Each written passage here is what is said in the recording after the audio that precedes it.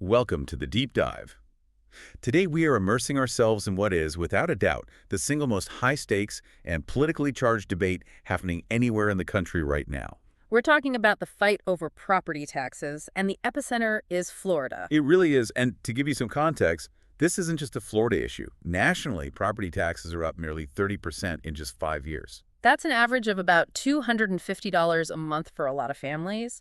It's a huge strain, and Florida is kind of the pressure cooker where it's all about to boil over. So our mission today is pretty comprehensive. It's November 15th, 2025, and we are on a collision course with the 2026 ballot. And we really need to unpack this. The clash between Governor DeSantis and the Florida legislature is escalating daily. We're going to establish the timeline, which has been moving incredibly fast, and then really get into the weeds on the financial challenges. I mean, we're talking about eliminating the very foundation of local government funding. Right.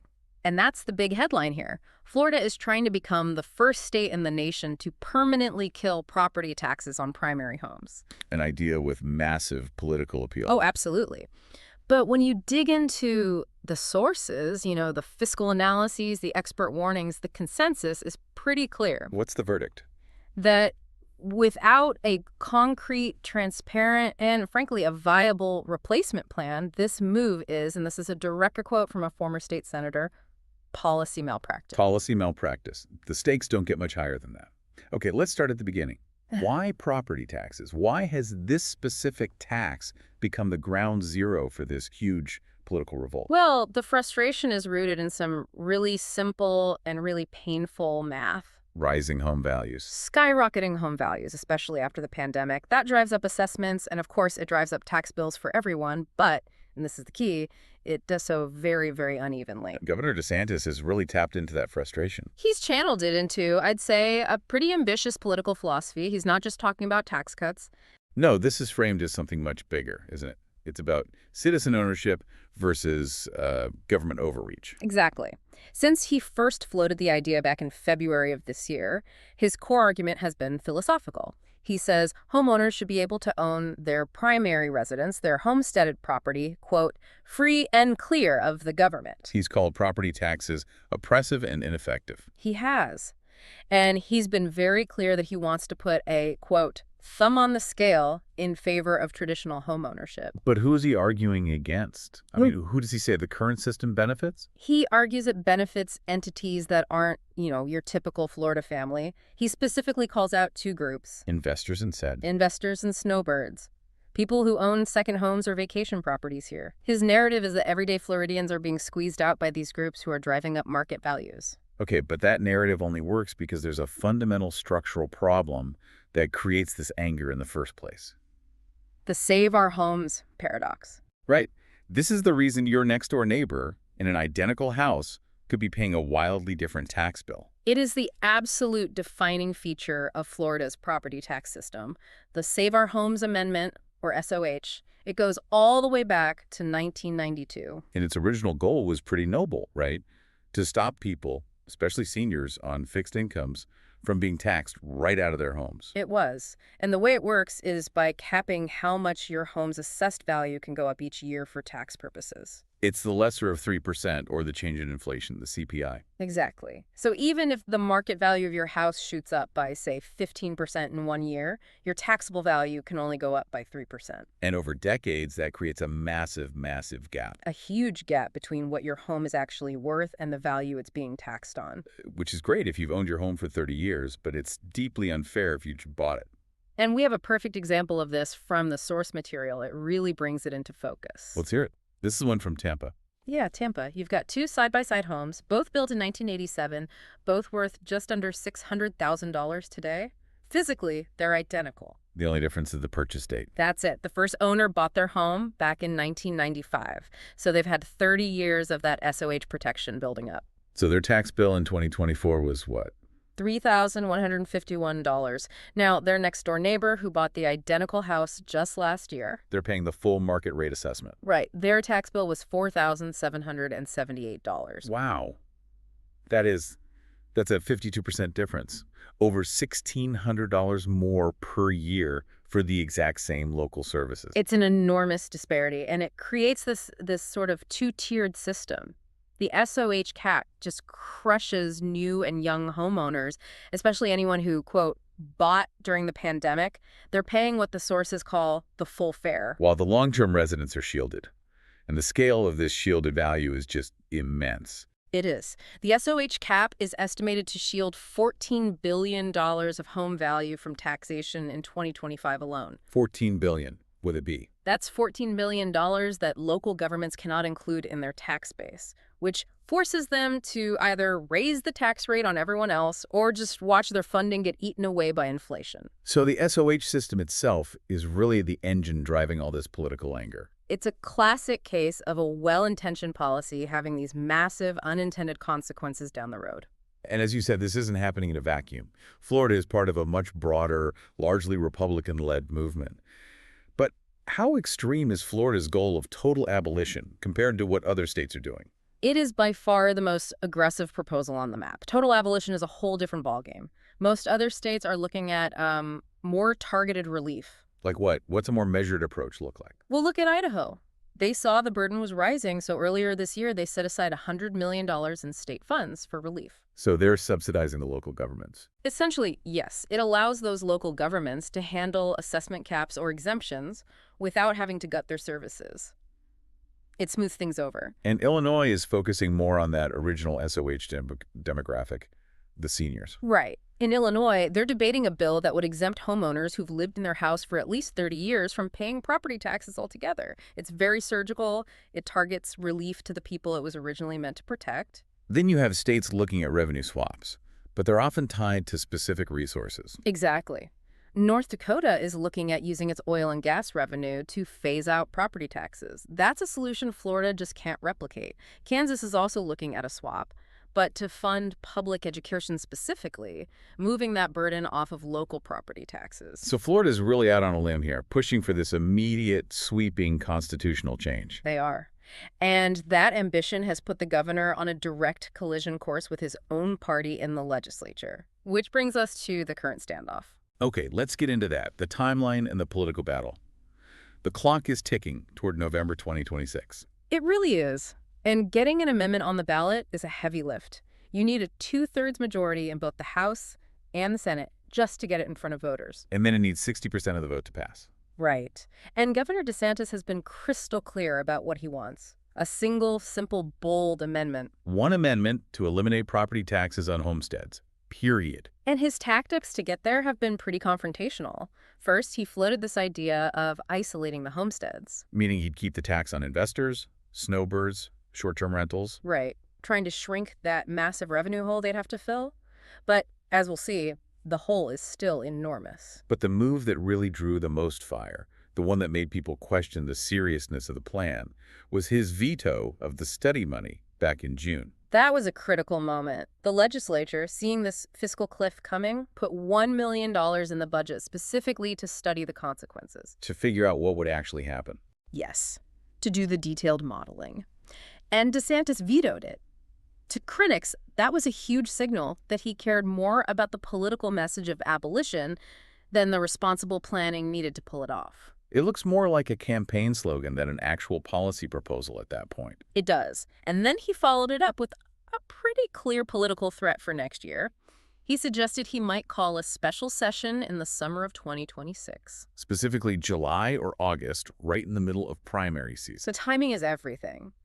A special session then puts enormous pressure on lawmakers who are up for re-election. DeSantis even said it would pressure legislators who wouldn't want to vote the wrong way then. It's a classic power play. Force a vote on a popular but risky idea right before people go to the polls. It is. But while he was doing that, the legislature was on a completely different track, a much more methodical one. This is the House Select Committee on Property Taxes. Right. They formed in the spring and spent months just gathering testimony. They looked at the complexity across all 67 counties, where the tax base and service needs are just wildly different. They recognized a one-size-fits-all solution might be a disaster. And that research led to their big move on October 16th of this year. When they dropped their counterproposal. And it wasn't one proposal. They released 7 separate constitutional amendments and 1 companion bill. 7 different options. Yeah. And the governor's reaction was immediate. And very public.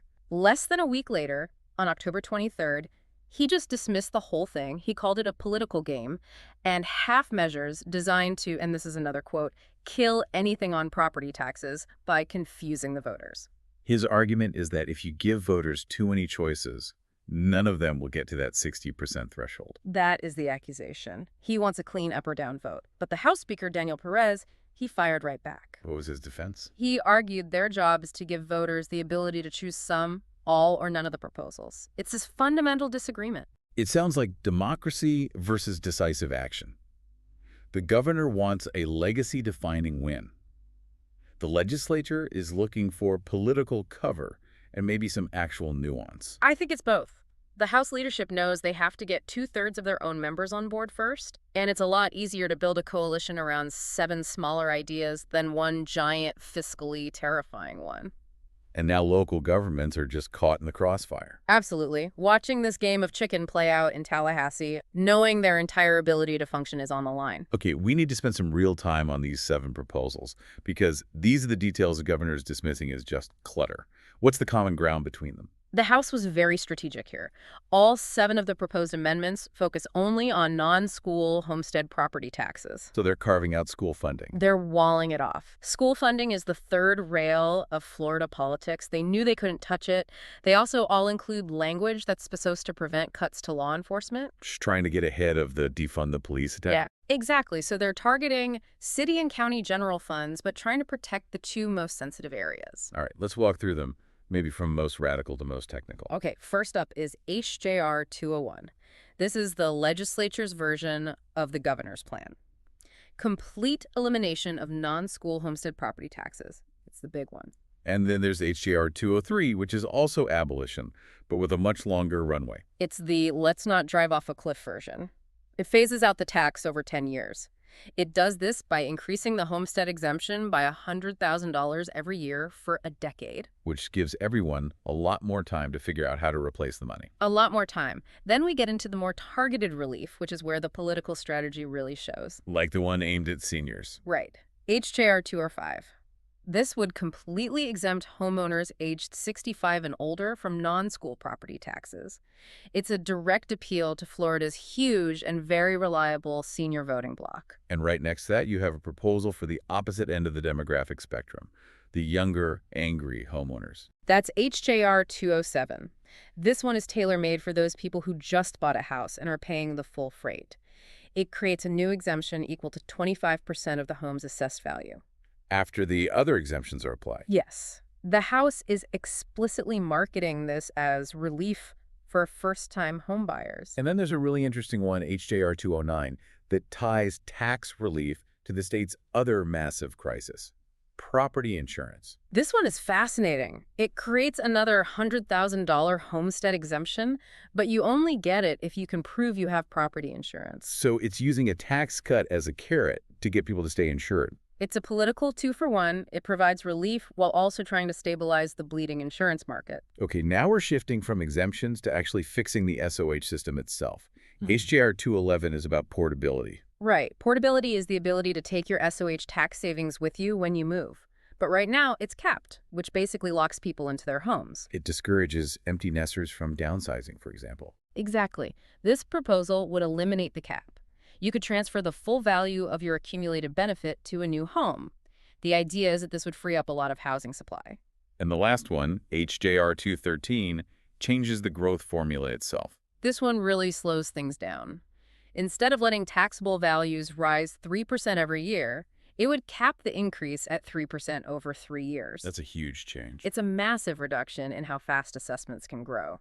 It also provides some stability for non-homestead properties, capping their growth at 15% over 3 years instead of 10% annually. That is an incredible amount of detail. 7 different amendments plus a bill, HB 215, that the legislature can pass on its own. Right. And that bill tightens the screws on local governments even more, requiring a 2/3 vote for them to raise tax rates. So the governor calls this a game to create confusion.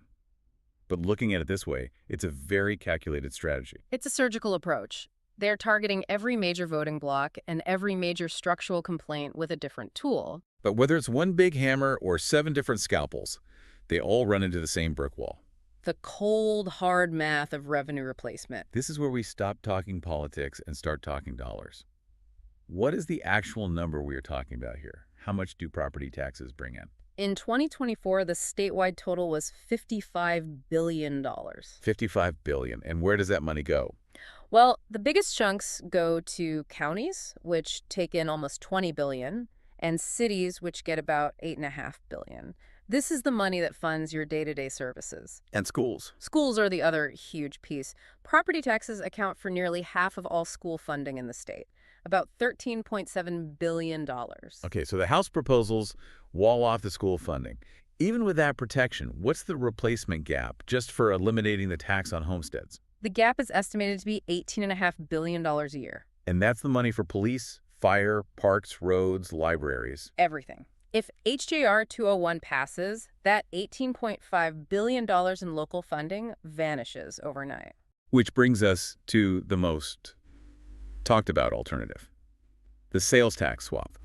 What would that actually look like for the consumer? It would be a shock to the system. Florida's state sales tax is currently 6%.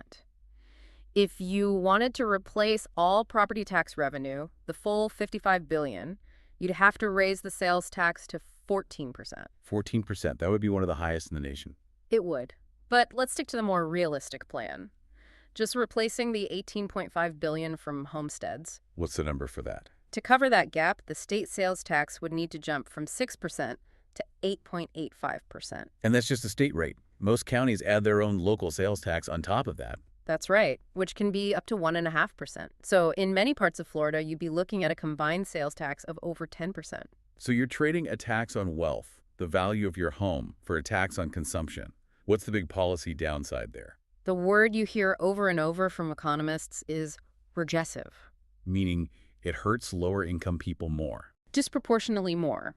Sales taxes hit lower-income families and people on fixed incomes the hardest because they spend a much higher percentage of their income on basic taxable goods. So in trying to solve an affordability crisis for homeowners, you could actually create a new one for renters and the working poor. That is the fundamental equity trade-off. Their taxes would go up every single time they go to the grocery store or buy clothes for their kids. Now, the state's chief financial officer, Blaise Ngalia, he disputes this whole premise. He says you don't need to replace all the money. Right. His argument is that local government budgets are bloated. He questions the numbers from the think tanks, arguing they assume government needs every dollar it currently gets. He claimed local budgets could be cut by 15% without even touching essential services. He did. He pointed to audits from his Department of Government Efficiency, or DOGE, task force as proof of, quote, wasteful and excessive spending. Okay, but let's put that in real terms. A 15% cut to that $18.5 billion gap is still...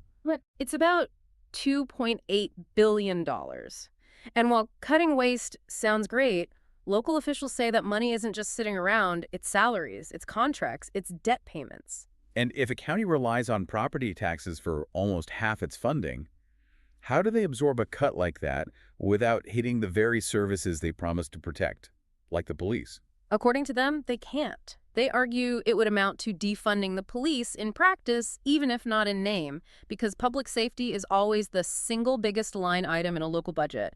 You can't make cuts that big without it affecting patrols or fire response times. And this whole lack of a plan brings us back to that very powerful quote. Policy malpractice. Yeah.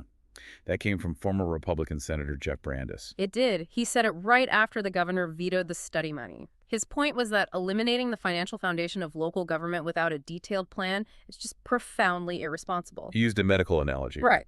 He did. He said it's like a doctor saying, we're going to cut out this organ. We could do a study to see what happens, but we're just going to cut it out and see. He said you'd call that malpractice, and this is the same thing. It really highlights the risk. The desire for a political win today could create massive fiscal chaos tomorrow. And the local warnings are dire. We saw in Broward County, they estimated that even the least impactful of the House proposals could still cost them $100 million a year. Which is why many policy experts are pushing for a middle ground, something that's not abolition. They're pushing for what's called a strict levy limit. And how is that different from the caps we already have? It's a crucial distinction. SOH caps the assessment on your individual home. A levy limit caps how much total property tax revenue a local government can collect in a year. So it's a cap on the government's total collections, not just on your home's value. Exactly. Even if property values in a city go up 20%, a levy limit might say the city can only collect, say, 3% more in total tax dollars than they did last year. It forces fiscal discipline without destroying the stability of the tax base. It sounds like the most responsible policy option. It probably is, but it doesn't make for a very exciting bumper sticker. It's boring fiscal restraint, not political revolution. Okay, so let's break down how this is going to affect everyone. Every resident, every business, every tourist. Who wins and who loses? Let's start with homeowners. For longtime homeowners, the ones already protected by SOH, total abolition would be a massive windfall. It's a huge, unexpected benefit. Their biggest household expense besides their mortgage just disappears. Right. And for them, the risk of a higher sales tax is probably a trade they're willing to make. But on the other side, you have the new homebuyers. Yeah. They're the ones really driving this whole movement. They're the ones feeling the most pain. So any proposal, whether it's full abolition or that targeted 25% exemption, gives them immediate, significant relief. They are the prime audience for all of this. But the biggest and maybe most dangerous implication is for people who don't own homes at all, the renters and businesses. This is the huge unattended consequence. Every single one of these proposals focuses relief only on homesteads. That means the tax burden inevitably gets shifted onto non-homestead properties. Apartment buildings, commercial real estate, second homes.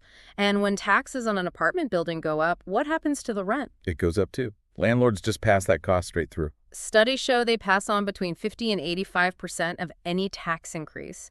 So renters who are already in the middle of a brutal housing crisis could see their monthly costs go up even more. So you're saying this tax cut for homeowners could actually be paid for by higher rent for everyone else? That is the direct regressive outcome of focusing relief only on homesteaded properties. What about tourists?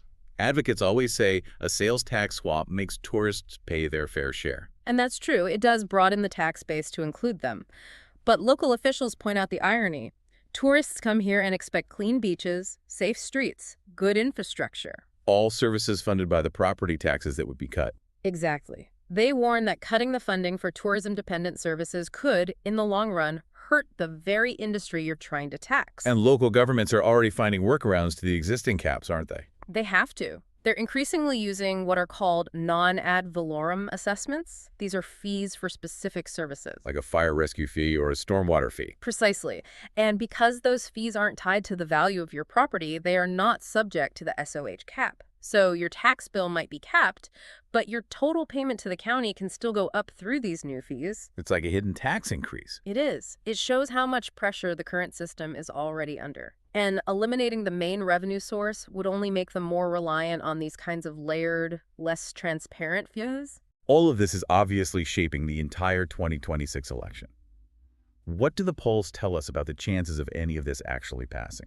The polls tell us that everything depends on how you ask the question. Explain that. Okay, so a September poll asked people if they supported a significant reduction or elimination of property taxes.